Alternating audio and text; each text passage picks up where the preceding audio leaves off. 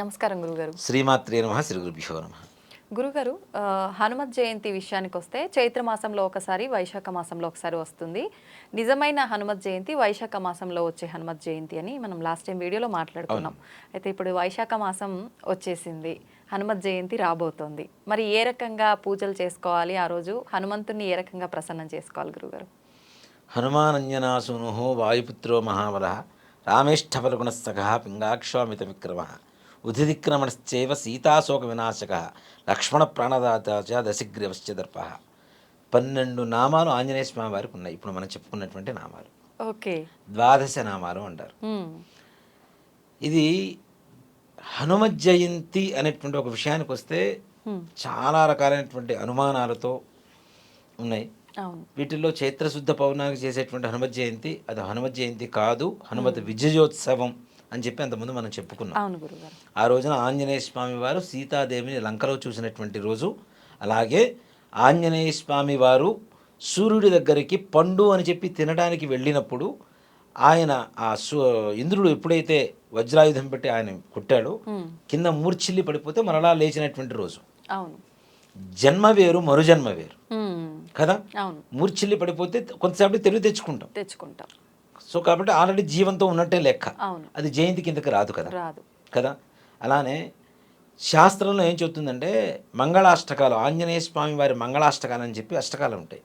వాటిల్లో ఆయనకి చెప్తున్నటువంటి ఒక అష్టకం ఇదేమిటి అంటే, ఒక శ్లోకం అర్థం వైశాఖే మాసి కృష్ణాయాం దశమ్యాం మందవాసరే పూర్వాభద్ర ప్రభూతాయ మంగళం శ్రీ హనుమతే అని చెప్పి శాస్త్రం చెబుతోంది.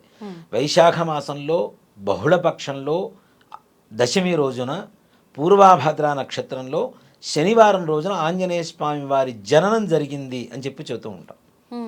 అలాగే మంగళవారం కూడా ఆంజనేయ స్వామి వారికి పూజ చేస్తారు. మనకి మంగళవారం ఎందుకు చేస్తాము, ఇందాక మనం చెప్పుకున్నాం చూడండి, ఆంజనేయ స్వామి వారి విజయోత్సవం అని. వైశాఖ పౌర్ణమి మంగళవారం రోజున కలిసి వచ్చింది ఆంజనేయ స్వామి వారు సీతాదేవిని చూసిన రోజు. దాని అందుకనే సంస్కృతంలో జయవారం అంటారు మంగళవారాన్ని. ఆయన వెళ్ళింది జయం కోసం, కార్యం దిగ్విజయం కోసం, సీతాదేవిని చూడటం కోసం, కాబట్టి దాన్ని జయవారం అంటారు. అంటే మనం కూడా ఏదైనా పనిలో విజయం కలగాలంటే ఆ రోజు చేయొచ్చు, తప్పనిసరిగా చేయవచ్చు. మంగళవారాన్ని మనం తీసి పడేస్తాం, పక్కన పడేస్తాం. మంగళం అంటే ఏంటమ్మా, శుభం కదా. మరి అంతే కదా, మంగళవారం అంటే జయవారం. అలాగే ఆంజనేయ స్వామి వారికి ఉండేటువంటి లక్షణాలలో చూడండి, ఎప్పుడైనా సరే మనం ఒకళ్ళ మంచి కోరి ముందుకు వెళ్ళాలి అంటే, ఒకళ్ళ ఇంటికి వెళ్ళాలి అంటే తూర్పుగా ప్రయాణం ప్రారంభించాలి. ఆంజనేయ స్వామి వారు మనకు నేర్పినటువంటి నీతి. శత్రు వినాశనం కోసం ఎదురువాడు ఏదైనా మనం వాడిని ఇది చేయాలి, బాధ పెట్టాలి, వాడు మనకి శత్రువుగా ఉన్నాడు, వాడిని ఏమైనా మనం ఖండించాలి అనేటువంటి విషయానికి వెళ్ళాలి అంటే దక్షిణ దిశగా బయలుదేరాలి. అందుకనే దక్షిణ దిశగా తిరుగుతున్నటువంటి ఆంజనేయ స్వామి వారికి శక్తి ఎక్కువగా ఉంటుంది. లంకకి వెళ్ళేటప్పుడు దక్షిణ దిశగా బయలుదేరట. శత్రు వినాశనం కావాలి, కార్యం దిగ్విజయం కావాలని చెప్పి దక్షిణ దిశగా బయలుదేరట ఆంజనేయ స్వామి వారు. సుందరకాండలో చెప్పబడుతుంది ఇది. అలాగే ఈ వైశాఖ బహుళ దశమి అనేది అస్సలైనటువంటి హనుమత్ జయంతి. ఈ సంవత్సరం వచ్చేటువంటి 2024 సంవత్సరంలో వచ్చేటువంటి వైశాఖ బహుళ దశమి పూర్వాభద్రా నక్షత్రం, ఆయన పుట్టినటువంటి శనివారం, వారం, తిథి, నక్షత్రం, పక్షం, మాసం అన్నీ కలిసి వచ్చినటువంటి ఒక ప్రత్యేకమైనటువంటి హనుమత్ జయంతి ఈ సంవత్సరం. ఆంజనేయ స్వామి వారిది నిజంగా శనివారం కలిసి వచ్చింది, ఆయన పుట్టిన వారం కలిసి వచ్చింది, పుట్టిన నక్షత్రం ఉంది, పుట్టిన తిథి ఉంది, పుట్టిన పక్షం ఉంది, పుట్టిన మాసం ఉంది. అన్నీ ఒకటే రోజు చాలా రేర్గా వస్తుంది. ఎప్పుడో ఒక 15 సంవత్సరాలకు ఒకసారి, 10 సంవత్సరాలకు ఒకసారి ఇలా కలిసి వస్తుంటుంది. అంత విశేషమైనటువంటి రోజు ఈ వైశాఖ బహుళ దశమి జూన్ 1 తారీఖున వచ్చింది. ఆ రోజున హనుమత్ జయంతి. ఆంజనేయ స్వామి వారి నామస్మరణ చాలు ధైర్యం రావడానికి. ఇప్పుడు చూడండి, ఏదైనా భయం కలిగితే ఆంజనేయాయ నమః, ఆంజనేయాయ నమః, జయ హనుమాన్, జయ హనుమాన్. మనం రామనామంతో పాటుగా ఎక్కడైతే హనుమత్ నామం పలుకుతామో రామనామం జయ శ్రీరామ్, జయ శ్రీరామ్ అంటాం. దానికంటే అనుకోకుండానే కంఠం వేరే స్థాయికి వెళ్ళిపోయి పలిగేటువంటి నామం జయ హనుమాన్. ఆంజనేయ స్వామి వారి నామాన్ని తలుచుకుంటే చాలు సకల కార్యసిద్ధి జరుగుతుందంటాడు. అంటే బుద్ధిర్బలం యశోధైర్యం నిర్భయత్వ అరోగత అజాడ్యం వాక్పటుత్వంచ హనుమత్ స్మరణాత్ భవేతు. ఆంజనేయ స్వామి వారి నామాన్ని స్మరిస్తే చాలు బుద్ధి, బలం, బుద్ధిర్బలం, యశస్సు, ధైర్యం, నిర్భయత్వం, అరోగతం అంటే రోగాలు పోవటం, ఓకే. అజాడ్యం బద్ధకం, వాక్పటుత్వం అంటే మాట్లాడేటువంటి విధానం, హనుమత్ స్మరణాద్భవ్ ఇవన్నీ కూడా ఆంజనేయ స్వామి వారి నామం పలికితే వస్తుందంటాడు. అలాగే మనం ఏదైనా ప్రతిరోజు, ఇది ఒక హనుమత్ జయంతికే కాదు, ఎవరైనా ఏదైనా పనికి వెళ్ళేటప్పుడు ఆంజనేయ స్వామి వారిని, రాముల వారిని ఒక్కసారి తలుచుకొని శ్రీరామ రామ రామేతి రమే రామే మనోరమే సహస్రనామతుల్యం రామనామ వరాననేటువంటి నామాన్ని, ఒక శ్లోకాన్ని చదువుకొని అసాధ్య సాధక స్వామిన్ అసాధ్యం తవ కిం వద రామదూత కృపా సింధో మత్కార్యం సాధయ ప్రభో. ఈ యొక్క శ్లోకాన్ని చదువుకొని వెళ్తే తప్పనిసరిగా పనులు పూర్తవుతాయి. అసాధ్య సాధక స్వామిన్, అసాధ్యమైనటువంటి పనులు కూడాను సాధించేటువంటి శక్తి. అసాధ్యం తవ కిం వద, అసాధ్యమైనటువంటి మాటే లేదు నీ దగ్గర. రామదూత కృపా సింధో మత్కార్యం సాధయ ప్రభో, నా కార్యాన్ని దిగ్విజయంగా పూర్తి చేయి. ఈ యొక్క నామాన్ని తప్పనిసరిగా మనం స్మరించి వెళ్తే తప్పనిసరిగా ఆ యొక్క ఆంజనేయ స్వామి వారు సదా మనతోనే ఉంటాడు. ఆంజనేయ స్వామి వారు ఎవరు పుత్రుడు? వాయుపుత్రుడు. గాలిలో ఆంజనేయ స్వామి వారు మనతోనే ఉంటాడు. నిజంగా ఒక మాట చెప్పాలి అంటే చూడండి, చిన్న పిల్లల దగ్గర నుంచి పెద్దవాళ్ళ వరకు కూడాను ఏ భయం వేసినా, ఏది వేసినా, అంటే ఏ రకమైనటువంటి ఇది ఉన్నా ఆంజనేయ స్వామి వారిని అత్యంత ప్రీతికరంగా చూస్తారు ప్రతి ఒక్కళ్ళు కూడా. అది కులమత భేద విచక్షణ రహితంగా కూడా ఉందమ్మా. ముస్లిమ్స్ కూడా ఆంజనేయ స్వామి వారిని పూజ చేసేటువంటి వాళ్ళు ఉన్నారు, హనుమాన్ని తప్పనిసరిగా. అంటే వాళ్ళకు కూడా ఆ శక్తి ఏంటి అనేది తెలుసు కాబట్టి. కొంతమంది, అందరూ చేస్తారని చెప్పను, కొంతమంది చేసేటువంటి వాళ్ళు ఉన్నారు. ఆంజనేయ స్వామి వారి దేవాలయానికి రావడం, ఒక మాట చెప్పాలి అంటే మారుతి నగర్ కొత్తపేటలో ఉన్నటువంటి మారుతి నగర్ ఆంజనేయ స్వామి దేవస్థానానికి ఫౌండర్ మెంబర్స్లో ఒక ముస్లిం వ్యక్తే ఉన్నాడు. చాలా అరుదుగా జరిగే విషయం. ఆయన కొడుక్కి బ్రాహ్మణ అమ్మాయిని చేసుకున్నారు. చేసుకొని ఆయన కొడుకు, ఆయన భార్య ప్రతి శనివారం మంగళవారం ఆంజనేయ స్వామి గుడికి వచ్చి హనుమాన్ చాలీసా పారాయణ చేసి ఆంజనేయ స్వామి వారికి వడమాల పూజ చేయించుకొని వెళ్తారు వాళ్ళు. ఇంకేం చెప్పాలి కదా, వాళ్ళ పండుగలు వాళ్ళు చేసుకుంటారు. దాంతోపాటు ముఖ్యంగా నిజంగా మాట చెప్పాలంటే వాళ్ళు హోమాలు అవి కూడా చేయించుకోరు బయట ఎవరు, కానీ వీళ్ళు హోమాలు చేయించుకుంటారు, పూజలు చేయించుకుంటారు, గృహప్రవేశానికి ముహూర్తాలు పెట్టుకుని గృహప్రవేశం చేసుకుంటారు. అలాగే అది ఎక్కడి నుంచి వచ్చిందంటే కేవలం ఆంజనేయ స్వామి వారి దగ్గర నుంచి వచ్చింది. ఆయన ఇటీవల కాలం చేశారు ఆయన. అంటే ఆంజనేయ స్వామి వారు కులమత భేద విచక్షణ రహితంగా పూజింపదగినటువంటి ఒక శక్తిగా ప్రేరేపించబడుతుంది. ఆంజనేయ స్వామి వారి హనుమత్ జయంతి రోజున నిజంగా హనుమాన్ చాలీసా పారాయణ చేయమని చెప్పండి. అదొక్కటి చాలు. అది 11 సార్లు, 41 సార్లు, 108 సార్లు, కొంతమంది ఏకాసనం మీద 108 సార్లు చేస్తారు. కూర్చున్న చోటు నుంచి కదలకుండా 108 సార్లు పారాయణ చేస్తారు. కొన్ని గంటలు పడుతుంది, దాదాపు 5-6 గంటలు పడుతుంది. అయినా సరే కూర్చొని లేవకుండా చేస్తూ ఉంటారు. సాధ్యపడుతుందా? అమ్మ ఉన్నారమ్మా, తప్పనిసరిగా. ఇప్పుడు సుందరకాండ ఉంది, సుందరకాండ పారాయణ చేస్తాం. సుందరకాండ పారాయణ చేసినప్పుడు కూడా ఏం చేస్తారు, కొంతమంది రోజు కొన్ని అధ్యాయాలను చెప్పుకొని చేస్తూ ఉంటారు. 64 అధ్యాయాలు, 64 అధ్యాయాలు కొన్ని భాగాలు పెట్టుకొని చేస్తుంటారు. కొంతమంది 12 గంటలు పడుతుంది ఏకాసనం మీద చేయాలంటే. అలా చేసేవాళ్ళు ఇప్పటికీ ఉన్నారు. నాకు తెలిసిన ఒక హనుమత్ భక్తులు, ఒక వంశీకులు ఉన్నారు బ్రాహ్మలు. వాళ్ళు ఆంజనేయ స్వామి వారిని ఉపాసన చేస్తూ ఉంటారు.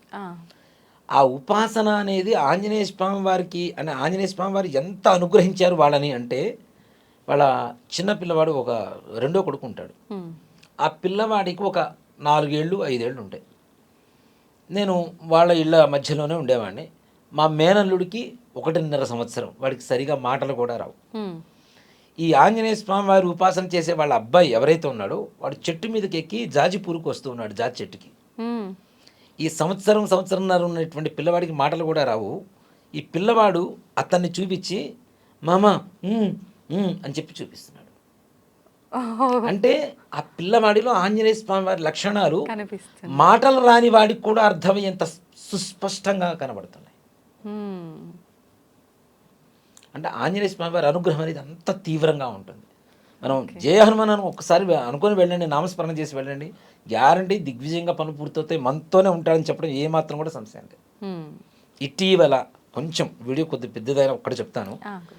ఇటీవల కాలంలో తెల్లవారుజామున 3:45 మా తమ్ముడికి నేను ఫోన్ చేసి ఏడుస్తున్నా. ఏడవడం కూడా ఒక ఆనంద ధారలు కారుతున్నాయి నాకు. ఇటీవల ఒక 20 రోజులు 25 రోజుల క్రితం జరిగింది ఇది. హ్మ్. ఏమిటి అన్నయ్య ఎందుకు ఏడుస్తున్నారు, ఇంట్లో ఎవరు లేరు, నేను ఒక్కడే ఉన్నాను, హ్మ్. అన్నయ్య ఏమైందన్నయ్య ఏమైనా హెల్త్ ప్రాబ్లమా అని చెప్పి అడుగుతున్నాడు. నేను చెప్తున్న మాట ఏంటి అంటే మా బ్రదర్ పేరు వంశీ, మా తమ్ముడి పేరు వంశీ. నాకు రాముని వారి పాద స్పర్శ తగిలింది వంశీ, ఆనందాన్ని వెళ్ళిపుచ్చుతున్నాను నేను. హ్మ్. ఎలా అంటే ఒక దేవాలయంలో నేను గుంటూరులో పనిచేసినప్పుడు ఒక దేవాలయం, శివాలయం, సత్యనారాయణ స్వామి వారి దేవాలయం, హరిహర క్షేత్రాలకు ప్రధాన అర్చకుడిగా చేసేవాడిని నేను. ఓకే. మా అమ్మగారు, నేను, మా పిల్లలు, మా మిస్సెస్ అందరం ఒక శివాలయంలో ముందు హాల్లో పడుకొని ఉన్నంట. ఒక నలుగురు దాదాపు ఒక 12-15 అడుగులు ఉన్నటువంటి వ్యక్తులు ఆ శివాలయం చుట్టూ తిరుగుతున్నారట. షాడోస్ కనపడుతున్నాయి, లైట్లు లేవు. దొంగలను అరుస్తున్నా నేను. హ్మ్. అరుస్తుంటే బయట ఎక్కడో ఒక వాచ్మెన్ చిమ్ముతోంది. దొంగలు వచ్చారమ్మా, కర్ర తీసుకుని కొట్టు అంటే ఆవిడ ఇంత కర్ర చూపిస్తుంది, చిన్న కర్ర, ఈ కర్రతో కొడితే ఏం దెబ్బలు తగ్గుతుంది అయ్యగారు అని చెప్తుంది ఆవిడ. హ్మ్. లాభం లేదని చెప్పి స్విచ్లు వేస్తుంటే లైట్లు ఎక్కడ వెలగట్ల. ఆ. ఇలా కాదు అని చెప్పి ఒక పెద్ద రాడు తీసుకొని తాళం తీసేసి నేను సత్యనారాయణ స్వామి వారి దేవాలయంలోకి వెళ్ళాలంటే పెద్ద తలుపులు ఉండేదానికి. హ్మ్. హ్మ్. ఆ తలుపులు ఇలా ఓపెన్ చేశాను. ఓపెన్ చేసిన తర్వాత లైట్లు వేస్తే లైట్లు వెలిగినాయి. హ్మ్. ఒక ముగ్గురు ఉన్నారు. ఎంత హైట్ ఉన్నారంటే ఒక్కొక్కళ్ళు 12 అడుగులు 18 అడుగులు హైట్ ఉన్నారు. హ్మ్. సీత, రామ, లక్ష్మణులు మీరు చూసారా? ముగ్గురు. హ్మ్. ఇలా అక్కడికి వెళ్ళి ఆ తన్మయత్వంలో రామా అయ్యా తండ్రి ఇట్లా కాళ్ళు పట్టుకుంటున్నా, అమ్మవారి పాదాలకు నమస్కారం చేశా, లక్ష్మణ స్వామి వారి పాదాలకు నమస్కారం చేశాను. ఇలా చేస్తూ ఆయన రాలేదా అని అడుగుతూ ఉంటే లక్ష్మణస్వామి ఇలా ఉంటే ఆయన వెనక నుంచి ఆంజనేయ స్వామి వారు ఇలా ముందుకు వచ్చారు. హ్మ్. ఇలా ముందుకు ఇప్పుడు చెప్తుంటే కూడాను రోమాలు లిక్కపరుచుకుంటున్నాయి ఆ విషయం చెప్తుంటే. హ్మ్. అలా వచ్చేసి ఆయన ఇలా పైకి తీసుకొని ఇలా గట్టిగా పట్టుకొని ఆలింగనం చేసుకున్నాడు ఆంజనేయ స్వామి వారు. హ్మ్. ఆ దాంతో వస్తున్న కన్నీళ్లు ఆగలేదు. కొద్దిసేపటికి తెలివి తెచ్చుకొని మా తమ్ముడికి ఫోన్ చేశా. ఇదంతా కూడా స్వప్నంలో తెల్లవారుజామున జరిగినటువంటి దృశ్యం. ఓకే. అంటే నేను చేస్తున్నది ఆంజనేయ స్వామి వారి దగ్గర, హ్మ్. ఆంజనేయ స్వామి వారి దేవాలయంలో ప్రధాన అర్చకత్వం చేస్తుంటాం మారుతినగర్లో. హ్మ్. ఆ సీతారామ లక్ష్మణ ఆంజనేయ స్వామి వారి దర్శనం నిజంగా ఆ పాద స్పర్శ, ఆయన ఆలింగనం చేసుకున్నటువంటి స్పర్శ, హ్మ్. అది అనుభవమే, అది ఏదో అబద్ధము అని చెప్పడానికి కూడా లేదు. ఆ స్పర్శ కూడా తెలుస్తోంది. ఒక తెలియనటువంటి ఒక ఆనందానికి లోనైపోయి, ఆనందం ఎలా అంటే తెల్లవారిన తర్వాత 8 గంటల వరకు అదే సెన్స్లో ఉండిపోయాను నేను. అలా కళ్ళలో నీళ్లు కారిపోతూ ఉన్నాయి. అలానే కూర్చొనే ఉన్నా. ఆ తర్వాత మా తమ్ముడు వచ్చేసాడు ఇంటికి వచ్చి. ఏమైందన్న ఏంటి అంటే ఇట్లా చెప్తున్నా ఏడుస్తున్నా ఇట్లానే కళ్ళలో నీళ్ళు వస్తున్నాయి. ఆ తర్వాత స్నానం చేసి మన గుడికి వెళ్ళా. మా కమిటీ సభ్యులకు చెప్తున్నా, వారితో చెప్తున్నా సరే ఆనందం అసలు ఎక్కడ ఆగట్లేదు. అంటే అంత ఆనందం వచ్చింది అంటే అది నిజంగా స్పర్శ తగలకపోతే, ఆ స్పర్శ జ్ఞానం లేకపోతే మనకు ఆనందం రాదు. అంటే ఆంజనేయ స్వామి వారికి చేయడం ద్వారా అంత దగ్గరగా మనకు ఉంటాడని చెప్పడానికి ఈ మాట చెప్తున్నాను నేను. ఓకే. ఇది జరిగిందంతా కూడా చెప్తున్నా. అంత దివ్యమైనటువంటి శక్తి ఆంజనేయ స్వామి వారు. ఇందాక మొట్టమొదట్లో మనం ద్వాదశ నామాలని చెప్పి 12 నామాలు చెప్పుకున్నాం. హనుమాన్ అంజనా సూను వాయుపుత్రో మహాబల రామేష్ఠ ఫల్గుణ సఖ పింగాక్షో అమిత విక్రమ ఉధిదిక్రమణశ్చైవ సీతా శోక వినాశక లక్ష్మణ ప్రాణదాత చ దశగ్రీవశ్చ దర్ప. ద్వాదశేతాని నామాని కపీంద్రస్య మహాత్మనః స్వాపకాలే పఠే నిత్యం యాత్రాకాలే విశేషతః తస్య మృత్యుభయం నాస్తి సర్వత్ర విజయీ భవేత్ అని చెప్పి ఈ శ్లోకానికి అర్థం. ఈ 12 నామాలు చెప్పుకొని ఏదైతే ప్రయాణానికి వెళ్తున్నామో 100 సార్లు వరుసగా యాక్సిడెంట్ అయిన వాడు కూడా 101సారి ఈ నామాలు చెప్పుకొని వెళ్తే యాక్సిడెంట్ నుంచి బయటపడి వెనక్కి రావచ్చు. ఏ రకమైనటువంటి ప్రమాదాలు కూడా జరగవు. యాత్రాకాలే విశేషత అని చెప్పి చెప్తోంది. విన్నా సరిపోతుందా? విన్నా చాలు. తస్య మృత్యుభయం నాస్తి, మృత్యుభయం అనేది ఉండదు అంటాడు. సర్వత్ర విజయీ భవేత్, సర్వత్ర విజయం కలుగుతుంది అంటాడు ఆంజనేయ స్వామి వారి ఈ ద్వాదశ నామావళి చదివితే విన్నా. అంత అంటే 12 నామాలు చదివితేనే ఆంజనేయ స్వామి వారి మనతో వచ్చి, భారతంలో కూడా ఏంటి జెండాపై కపిరాజు అని చెప్పి చూస్తూ ఉంటారు. భారతంలో పాండవులు విజయం కలగడానికి ముఖ్యమైన కారకుడు ఎవరు అంటే జెండా మీద ఉన్నటువంటి కపిరాజు అనే చెప్తారు. ఆయన్ని చూసే దుర్యోధనుడి సేన అంతా కూడా భయపడి వెళ్ళిపోయింది. అంత శక్తి. అంటే వీళ్ళకంటే కూడా ముందు ఎవరు నడిచారు జెండా మీద? ఆంజనేయ స్వామి వారు. ఆయన బలం, ఆయన వరం ఇచ్చాడు. నేను నీ రథం మీద జెండా రూపంలో ఉంటానని చెప్పి వరం ఇచ్చాడు. కాబట్టే భారతంలో పాండవులకు జయం కలిగింది. అంత శక్తి. మరి రాముడు సీతాదేవిని తీసుకొచ్చింది కూడా ఆయనే కదా రాముడి దగ్గరికి. మరి లంకని అంత దహనం చేసింది కూడా ఆయనే కదా. ఆయనే. చిన్న పిల్లల దగ్గర నుంచి అంటే మనకి 9 వ్యాకరణాలు అని చెప్పి అంతకుముందు చెప్పుకున్నట్టున్నాం మనం. 9 వ్యాకరణాలు అని చెప్పి నవవ్యాకరణాలు అని చెప్పి ఉంటాయి. హ్మ్. ఈ నవవ్యాకరణాలు చదువుకున్నటువంటి వాళ్ళు ఎవరు అంటే మొట్టమొదటిగా బ్రహ్మ, హ్మ్. రెండో వాడు రావణాసురుడు, మూడో వాళ్ళు ఎవరు అంటే ఆంజనేయ స్వామి వారు. హ్మ్. ఈ నవవ్యాకరణాలు అంటే ప్రపంచంలో ఉండేటువంటి సకల జ్ఞానం అంతా కూడా ఈ వ్యాకరణాల్లో ఉంటుంది. మనిషి జీవన విధానం పుట్టినప్పటి నుంచి చచ్చేంత వరకు, చచ్చిన తర్వాత వాడు ఏమవుతాడు, అన్ని అష్టాదశ పురాణాలు కావచ్చు, ఏవైనా సరే ప్రతి సబ్జెక్టు, శాస్త్రం, తర్కం, మీమాంస, ఈ పని చేయవచ్చా లేదా, దానికి సమాధానం కూడా ఈ యొక్క నవవ్యాకరణాల్లోనే ఉంటాయి. ఇలాంటి నవవ్యాకరణ వేత్తల్లో మొట్టమొదటిగా బ్రహ్మగా చెప్పింది ఎవరు అంటే ఆంజనేయ స్వామి వారి పేరు. హ్మ్. నెక్స్ట్ తరానికి బ్రహ్మ కూడా ఆయనే, ఆంజనేయ స్వామి ఆంజనేయ వారే. స్వామి.